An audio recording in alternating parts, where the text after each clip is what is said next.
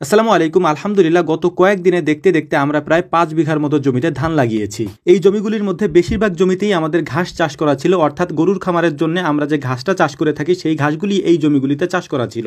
এখন যেহেতু প্রচুর পরিমাণে বৃষ্টি হয়, এর পাশাপাশি হালকা হালকা পরিমাণে জমিগুলিতে পানি উঠেছে, যে কারণে আমরা ঘাস চাষ বাদ দিয়ে এখন এই জমিগুলিতে আমরা ধান চাষ করছি।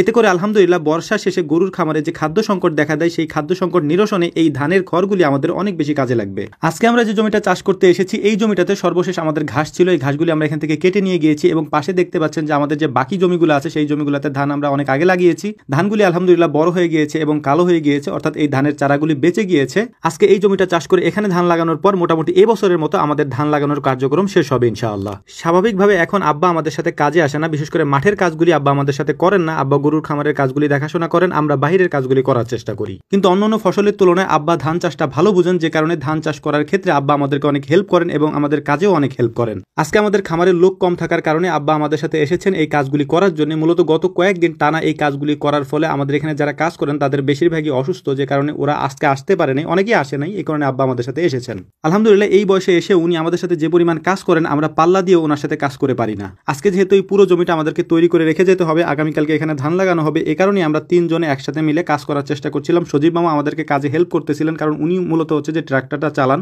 ওনারও আজকে ট্রাক্টরটা বন্ধ রেখে তারপর আমাদের সাথে কাজ করতে হচ্ছিল, এ কারণে আমাদের একটু দেরিও হবে, কারণ ট্রাক্টর যদি বন্ধ থাকে সেক্ষেত্রে জমি চাষ দেওয়া হবে না। তাই আমরা ওনাকে ফ্রি করে দেওয়ার চেষ্টা করছিলাম, যাতে উনি ফ্রি থেকে ট্রাক্টর দিয়ে চাষটা দিয়ে কমপ্লিট করতে পারে। বাকি কাজ আমরা আস্তে আস্তে করবো ইনশাআল্লাহ। সজীব মামার পাশাপাশি যেহেতু আমরাও ট্রাক্টর চালাতে পারি, এই কারণে আমরাও ওনাকে হেল্প করছিলাম, মানে উনি আমাদের কাজে হেল্প করছিলেন, আমরা ওনার কাজে হেল্প করছিলাম, মানে আমরাও ট্রাক্টর চালিয়ে তারপর জমিটা চাষ দেওয়ার চেষ্টা করছিলাম, যাতে করে দ্রুত এই কাজগুলি করা যায়। কারণ আমাদের একটা নিয়ম হচ্ছে, আমরা যে জমিতে যাব বা যেখানে যাব সেই কাজটা সেই দিন আমরা কমপ্লিট করে রেখে তারপর সেখান থেকে আসবো ইনশাআল্লাহ। এটা আমাদের আগে থেকেই প্ল্যান থাকে যে এই কাজটা আমরা আজকে শেষ করে আসবো। তো ওই প্ল্যান মতোই আমরা কাজগুলি করার চেষ্টা করি, এই কারণে আমাদের অনেক বেশি পরিশ্রম করতে হয়। আমার আব্বা তো আজকে বলেই ফেললেন যে লাস্ট 10 বছরে হয়তো এত কাজ আমি একসাথে কোনোদিনই করি নাই। তবে একটা বিষয় হচ্ছে, আমরা যখন কাজ করি তখন আমাদের এই কাজের মধ্যে কয়েকবার আমাদের খাওয়া দাওয়া হয়, মানে আমাদের পেট চললে বাকি কাজ চলবে আলহামদুলিল্লাহ। যেমন আজকে দুপুরের খাবার আসার আগে আমরা বাজার থেকে 2 বার নাস্তা আনিয়েছি এবং নাস্তা করে বাকি কাজ করেছি, এবং এখন আমাদের দুপুরের খাবার এসেছে, দুপুরের খাওয়া দাওয়া করে তারপর বাকি কাজ আমরা করবো ইনশাআল্লাহ। দুপুরের খাবার শেষ করার পর আমাদের বিশ্রামে তেমন একটা সুযোগ থাকে না, আমরা এখানে 2-3 মিনিট হয়তো বসি, তারপরে আবারও পুনরায় কাজে লেগে যাই।